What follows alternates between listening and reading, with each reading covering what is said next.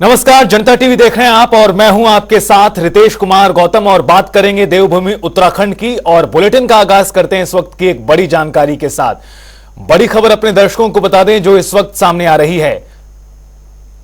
मुख्यमंत्री पुष्कर सिंह धामी इस वक्त पश्चिम बंगाल के रण में हैं और बीजेपी के उम्मीदवार के पक्ष में उन्होंने रोड शो किया है। बीजेपी उम्मीदवार लॉकेट चटर्जी के पक्ष में उन्होंने रोड शो किया। पश्चिम बंगाल के हुगली में आपको बता दें कि सीएम ने रोड शो किया है। दरअसल उत्तराखंड में चुनाव प्रचार और उत्तराखंड के मुख्यमंत्री पुष्कर सिंह धामी देश के अलग अलग हिस्सों में जाकर भारतीय जनता पार्टी के लिए प्रचार प्रसार कर रहे हैं।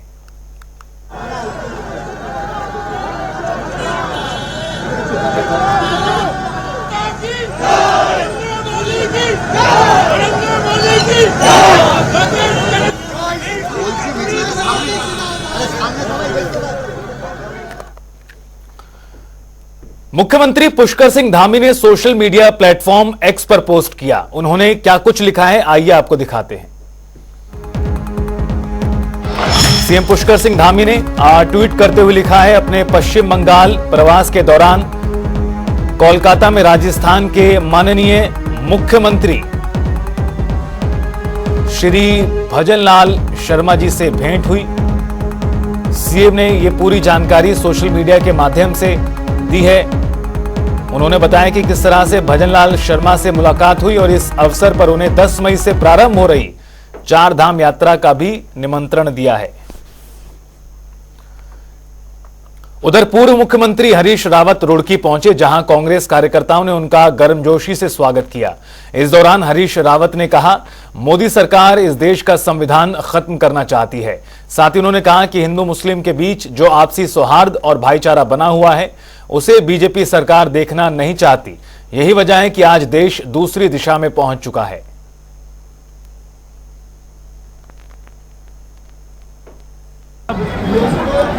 सिलसिला चल पड़ा है तो मैंने लोगों से कहा है कि आप इस एकता को बनाए रखें, इस जोश को बनाए रखें और आगे के लिए जो है निरंतर एक अच्छे सैनिक को हमेशा कवायद करते रहनी चाहिए। देहरादून है बड़े पैमाने पर मतदाता सूची में गड़बड़ें पहले भी पाई गई।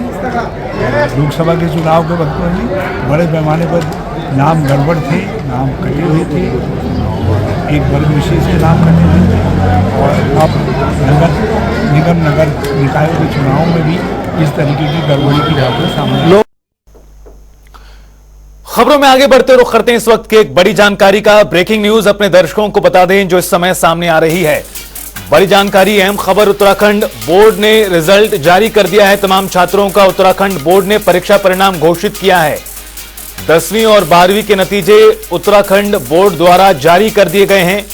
बड़ी खबर आपको बता दें इस वक्त की, एग्जाम के बाद लंबे समय से इंतजार तमाम छात्रों का रहता है कि परीक्षा परिणाम कब सामने आएंगे। तो आपको बता दें इस वक्त की बड़ी खबर, उत्तराखंड शिक्षा बोर्ड द्वारा रिजल्ट जारी कर दिया गया है 10वीं और 12वीं के छात्र छात्राओं का।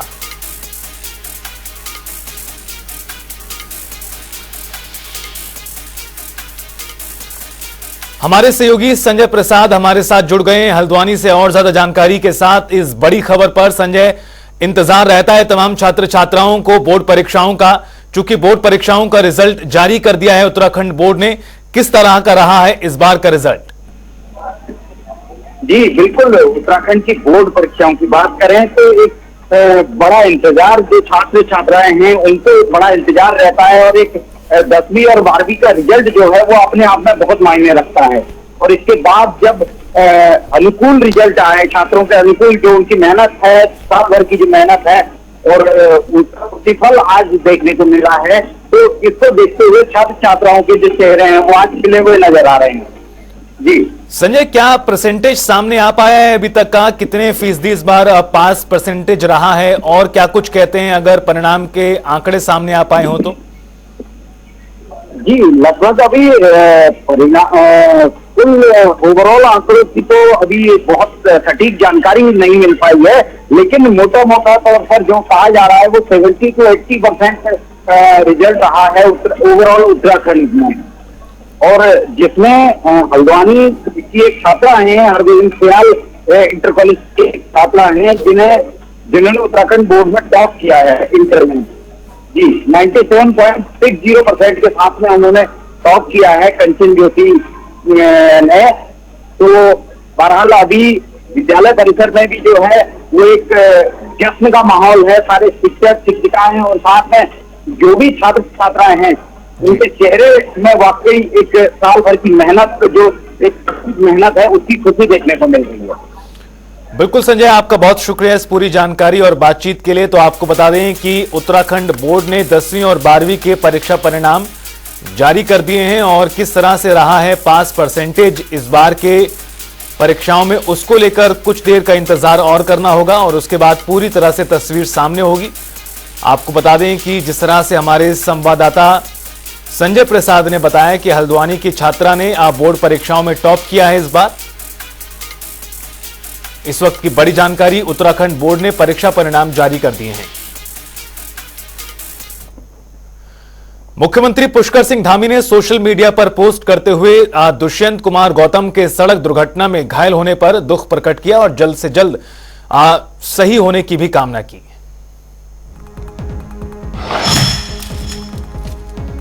मुख्यमंत्री पुष्कर सिंह धामी ने क्या कुछ लिखा है अपने इस सोशल मीडिया पोस्ट के माध्यम से, वो देखिए। भाजपा के राष्ट्रीय महासचिव उत्तराखंड के प्रदेश प्रभारी दुष्यंत कुमार गौतम जी के सड़क दुर्घटना में घायल होने का दुखद समाचार प्राप्त हुआ। उन्होंने आगे लिखा है, चिकित्सकों की देखरेख में उनका उपचार चल रहा है।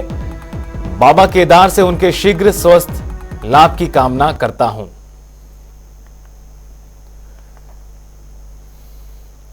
प्रदेश में भारतीय जनता पार्टी ने निकाय चुनाव की तैयारियां भी शुरू कर दी हैं।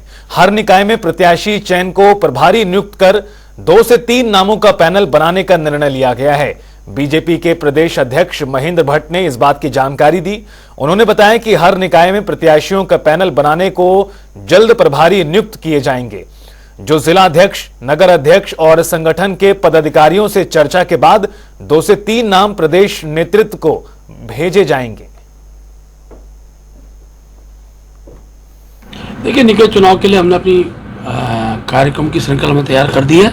अभी मतदाता बने, इसके लिए हमने अपने कार्यकर्ताओं की टीम, जो हमारा स्थानीय निकाय प्रकोष्ठ है, उसको उस काम में लगा है कि बड़ी संख्या में मतदाता बनने तो छूट भी गए हैं और कुछ प्रकरण ऐसे आ रहे हैं कि लोकसभा के अंदर 18,000 वोट और नगर पालिका में 36,000 वोट। तो ये सब हमारे सोचने विषय है। इन सब विषयों पर हमने एक कमेटी बनाई है। कल उस कमेटी की भी घोषणा हम लोग करेंगे। हाँ, निश्चित रूप से हमारे उसके लिए हमने प्रत्येक नगर निगम के लिए भी हम लोग अपने प्रभारी नियुक्त करेंगे। हमारे जो नगर पालिका उसके प्रभारी नियुक्त करेंगे। एक बार जाएंगे, सब चर्चा वार्ता करने के बाद फिर 2-3 नाम का पैनल वहाँ से आएगा। उसका पार्टी की जो पद्धति है, स्टेट पार्लियामेंट्री बोर्ड है, सब चीज़ें हैं, उस जिला अध्यक्षों के माध्यम से नाम आएंगे। उस क्षेत्र के हमारे जो नगरीय मंडल है उनसे हम चर्चा करेंगे और आजकल तो वर्चुअल के माध्यम से हम बैठकें करेंगे। अभी शुरुआत में यही है कि मतदान में कार्यक्रम नाम जुड़ जाए उसको। प्रदेश के कैबिनेट मंत्री सतपाल महाराज अपनी पुत्र वधू के साथ राजपुर रोड स्थित एक मॉल में उत्तराखंड के महान स्वतंत्रता सेनानी, बलिदानी, अमर शहीद श्री देव सुमन के जीवन पर आधारित ऐतिहासिक गढ़वाली फिल्म पहाड़ी रत्न श्रीदेव सुमन देखने पहुंचे। आपको बता दें, 20 अप्रैल से चल रही पहाड़ी फिल्म के बैनर तले बनी महान स्वतंत्रता सेनानी के जीवन पर आधारित यह फिल्म है।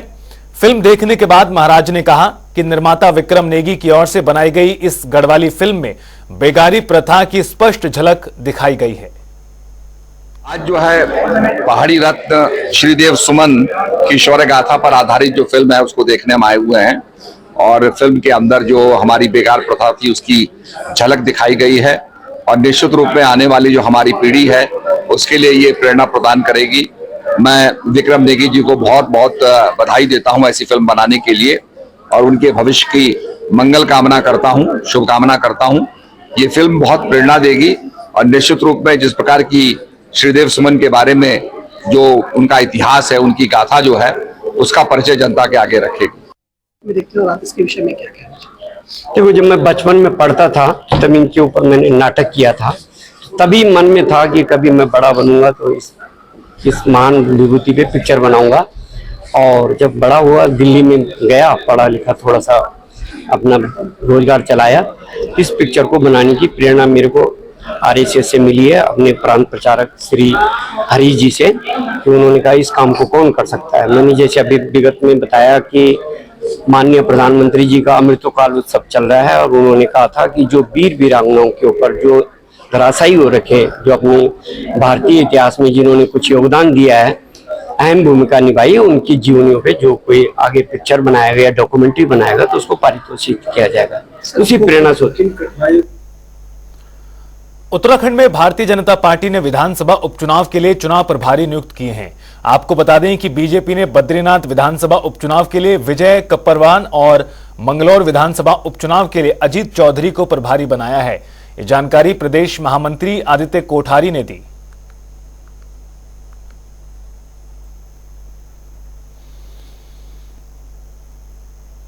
चारधाम यात्रा के लिए ऑनलाइन पंजीकरण की समिति संख्या तय कर दी गई है। सरकार ने चारों धामों में श्रद्धालुओं की भीड़ को नियंत्रित करने के लिए ऑनलाइन पंजीकरण की सीमित संख्या तय की है। मई महीने में यात्रा के लिए रजिस्ट्रेशन फुल हो चुका है। अभी तक चारधाम यात्रा के लिए 16 लाख से भी ज्यादा श्रद्धालु रजिस्ट्रेशन करा चुके हैं। इस साल चारधाम यात्रा में पहुंचने वाले श्रद्धालुओं का रिकॉर्ड भी टूट सकता है, क्योंकि चारधाम यात्रा के लिए श्रद्धालुओं में काफी उत्साह है। पिछले साल 56 लाख से ज्यादा श्रद्धालुओं ने चार धाम यात्रा की थी और उम्मीद है कि इस साल इससे भी ज्यादा संख्या में श्रद्धालु चार धाम यात्रा करेंगे। हमारे सहयोगी यशराज आनंद हमारे साथ जुड़ गए इस खबर पर और ज्यादा जानकारी के साथ। यशराज, तमाम श्रद्धालुओं में उत्साह लगातार बना हुआ है, समय भी अब नजदीक आ रहा है चार धाम यात्रा के आरंभ का। किस तरह की तैयारियां हैं और जो हाल फिलहाल में डेवलपमेंट देखने के लिए मिले हैं, इसमें एक बड़ी बात ही निकलकर सामने आई कि चार धाम यात्रा के लिए इस बार श्रद्धालुओं की संख्या सीमित की जाएगी। किस तरह से तमाम फैसले हैं? जी बिल्कुल, चारधाम की यात्रा 10 मई से शुरू होने वाली। वही चारधाम की यात्रा को देखते हुए श्रद्धालुओं में पूरी तरीके से उत्साह नजर आ रहा है, क्योंकि यदि बात की जाए श्रद्धालुओं की तो श्रद्धालुओं का रिकॉर्ड ही टूटते जा रहा है लगातार। अभी तक में करीब 12 लाख से अधिक श्रद्धालुओं ने अपना पंजीकरण कराया। वहीं यदि बात की जाए चारधाम यात्रा की सुविधा की सुगमता की, तो बिल्कुल इस बार चारधाम यात्रा में कुछ महत्वपूर्ण बदलाव लाए गए। सबसे बड़ी बात यह है कि चारधाम यात्रा में इस बार चारों धाम में दर्शन करने के लिए टोकन की व्यवस्था की गई। टोकन की व्यवस्था इसलिए की गई है क्योंकि टोकन की व्यवस्था के कारण इस बार श्रद्धालु चारधाम की यात्रा का दर्शन इजी वे में आसानी से कर सकेंगे। यानी कि पिछली बार की तरह चारधाम की यात्रा में लंबी लंबी कतारों से श्रद्धालु बच सकेंगे। टोकन मिलेगा और वो यात्रा कर सकते हैं और वो आसानी से यात्रा कर लेंगे। और यदि बात की जाए कि वीआईपी दर्शन की, तो वीआईपी दर्शन की भी पिछले बार भी शुल्क लगता था और इस बार भी वीआईपी दर्शन के शुल्क लगेंगे, तो शुल्क देकर के लोग वीआईपी दर्शन कर सकते हैं। और वहीं पर सबसे बड़ी बात है कि चारधाम यात्रा जो इस बार होना है, श्रद्धालुओं में काफी उत्साह है। जीएमवीएन की यदि बात करें तो जीएमवीएन भी करीब 12 करोड़ से ऊपर की बुकिंग, उसमें रुपए की बुकिंग हो चुकी है और लगातार इसके बाद बुकिंग भी की जा रही है। और यदि हेलीकॉप्टर की बात करें तो हेलीकॉप्टर की बुकिंग को भी रोक दिया गया है, चूंकि हेलीकॉप्टर में जितनी बुकिंग होनी चाहिए उससे अधिक बुकिंग हो चुकी है। तो इस बार चारधाम की यात्रा की शुरुआत अभी होनी महज कुछ दिन ही बाकी है, लेकिन 10 मई को केदारनाथ धाम का कपाट खुलेगा, वही 12 से बद्रीनाथ धाम के कपाट भी खुल जाएंगे। लेकिन अभी तक ही यात्रियों में पूरी तरीके से जोश और उत्साह नजर आ रहा है। वो चारधाम के दर्शन के लिए काफी ज्यादा उत्साहित हैं। यहाँ तक कि उत्तराखंड की ही नहीं बात करें, देश विदेश से भी लोग चारधाम की यात्रा के लिए दर्शन के लिए आ रहे हैं। जी यशराज, 10 तारीख को यात्रा आरंभ होगी और यात्रा के आरंभ को लेकर किस तरह की तैयारियां मंदिर समिति या फिर प्रशासन सरकार कर रही है? जी बिल्कुल, सबसे पहली बड़ी बात है कि चारधाम की यात्रा 10 मई से शुरू होने वाली, इसकी पूरी तैयारियां लगभग पूरी कर ली गई है। और यदि बात करें मंदिर प्रशासन की, तो मंदिर प्रशासन भी पूरी तरीके से यात्रा को लेकर मुस्तैद है, चूंकि पिछले बार के 50 लाख से ऊपर के रिकॉर्ड को इस बार तोड़ने की संभावना जताई जा रही है। इसलिए मंदिर प्रशासन को भी इसकी जानकारी दे दी गई है, क्योंकि इस बार जो श्रद्धालु आएंगे फर्स्ट फेज में ही 10 तारीख को ही जो दर्शन करने श्रद्धालु आएंगे वो उनकी संख्या लाखों में रहेगी। और सबसे ज्यादा यदि बात करें तो केदारनाथ धाम के रजिस्ट्रेशन पंजीकरण हुए हैं, तो पंजीकरण केदारनाथ धाम का होने के कारण वहां पर काफी ज्यादा भीड़ हो सकती है। इसलिए मंदिर प्रशासन के द्वारा पूरी व्यवस्था कर ली गई है। वहां पर बस को हटा दिया गया है, हेलीकॉप्टर की सुविधा तंदुरुस्त कर दी गई है। और दूसरी सबसे बड़ी बात है, वहां पर पुलिस को भी तैनात कर दिया गया है। वहीं बद्रीनाथ में आर्मी के बटालियन को तैनात कर दिया गया है, ताकि किसी भी प्रकार की असुविधा या अनहोनी की घटना यदि घटित होती है, पहले तो ना हो, लेकिन यदि घटित होती है तो तुरंत राहत और का बचाव कार्य किया जा सके। वही सबसे बड़ी बात है। दूसरी सबसे बड़ी जो समस्या आती है चारधाम यात्रा में, क्योंकि चारधाम की यात्रा में जो श्रद्धालु आते हैं वो अलग अलग देश के विभिन्न राज्यों से आते हैं, मतलब मैदानी क्षेत्रों से भी आते हैं, विदेशों से भी आते हैं लोग।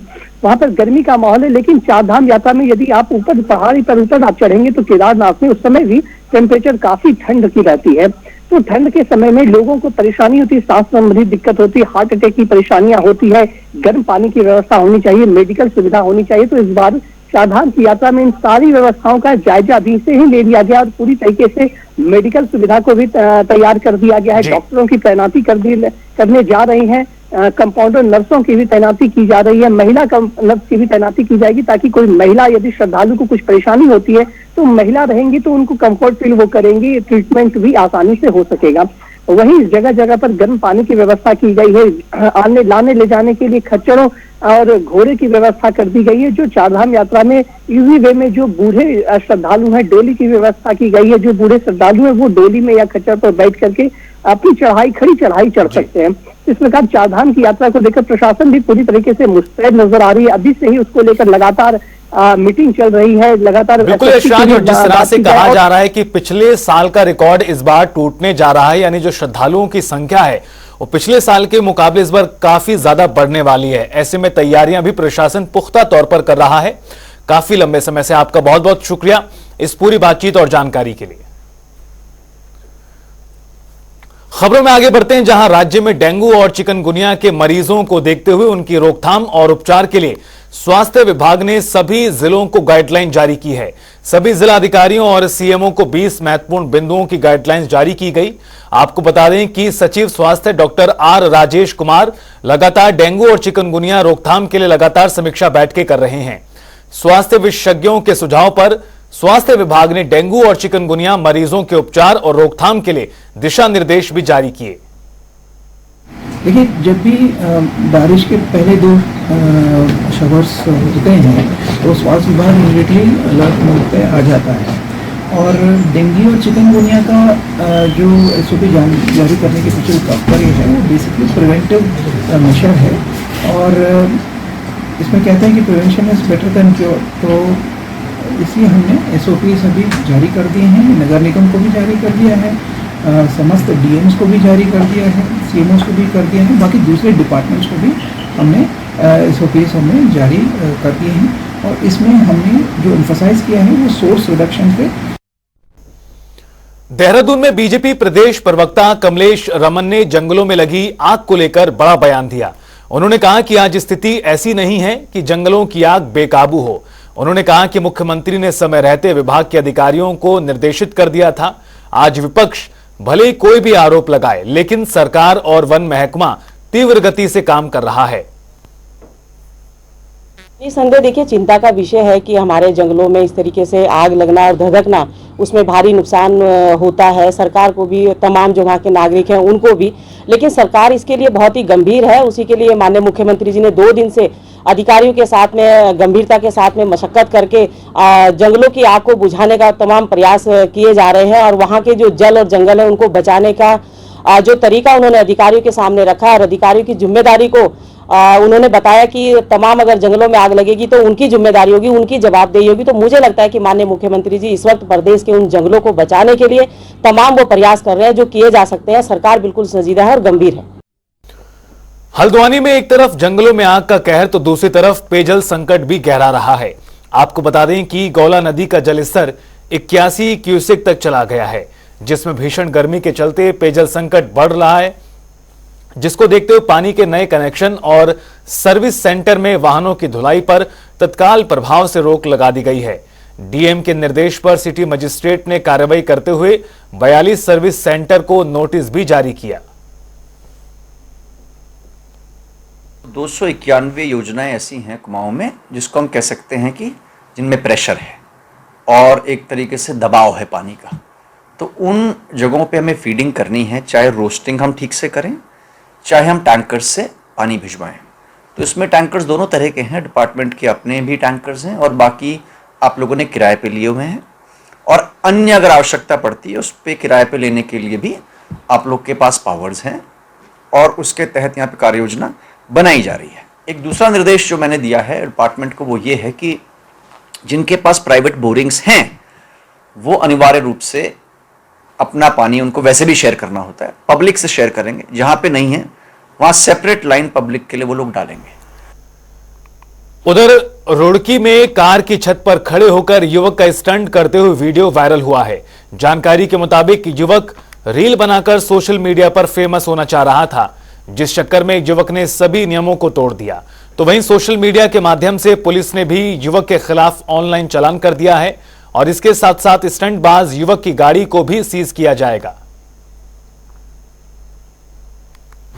खड़ा हुआ है, इस प्रकार से मैं बताना चाहूंगा कि खतरनाक तरीके से वाहन को चलाना, उस पर खड़ा होना और अपनी जान खतरे में डालना तो दूसरे की जान खतरे में डालने का प्रयास किया गया है। इस संबंध में संबंधित व्यक्ति का चालान भी कर दिया गया है तथा उसको नोटिस देकर बुलाया जा रहा है और उचित वैधानिक कार्रवाई की जाएगी।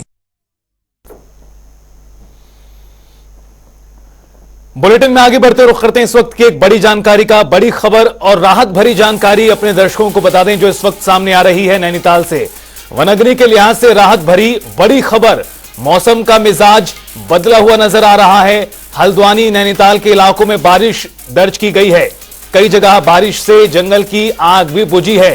राहत भरी खबर आपको बता दें, कई दिनों से दरअसल नैनीताल के जंगलों में आग लगने का मामला सुर्खियों में छाया हुआ है और इस लिहाज से देखा जाए तो बदला हुआ मौसम किस तरह राहत लेकर आया। बारिश के चलते कई जगहों पर जो आगजनी की घटनाएं जंगलों में लगी हुई हैं उसमें कुछ हद तक राहत मिलती नजर आ रही है।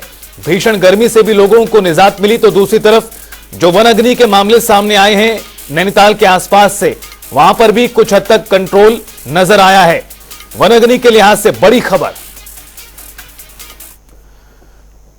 तो वहीं देहरादून में आपको बता दें 15 झोपड़ियों में आग लगने का मामला सामने आया जिसको लेकर मुख्यमंत्री धामी ने संज्ञान लिया। डीएम को मदद उपलब्ध कराने के सीएम ने निर्देश दिए हैं। क्षेत्र में डीएम ने 40 पैकेट राशन मौके पर भेजा है। कई झोपड़ियों में आग लगने का यह पूरा मामला है जिसको लेकर मुख्यमंत्री ने तत्काल प्रभाव से संज्ञान लेते हुए जिला प्रशासन को अलर्ट किया और तत्काल प्रभाव से जो तमाम पीड़ित लोग हैं उनके पास तक राशन के पैकेट भेजे गए हैं। देहरादून के गोविंदगढ़ में 15 झोपड़ियों में आग लगी थी जिसके चलते लोगों को काफी नुकसान हुआ है, आजीविका पर संकट मंडराया है। ऐसे में क्षेत्र में डीएम ने 40 पैकेट राशन मौके पर भेजा। गोविंदगढ़ इलाके का यह पूरा मामला है जहां पर कई झोपड़ियों में आग लगने से भारी भरकम नुकसान लोगों के बीच देखने के लिए मिला है। हालांकि आपको बता दें कि घटना की जानकारी लगते ही मुख्यमंत्री पुष्कर सिंह धामी ने भी मामले में संज्ञान लिया और मदद उपलब्ध कराने के लिए जिला प्रशासन को अलर्ट किया।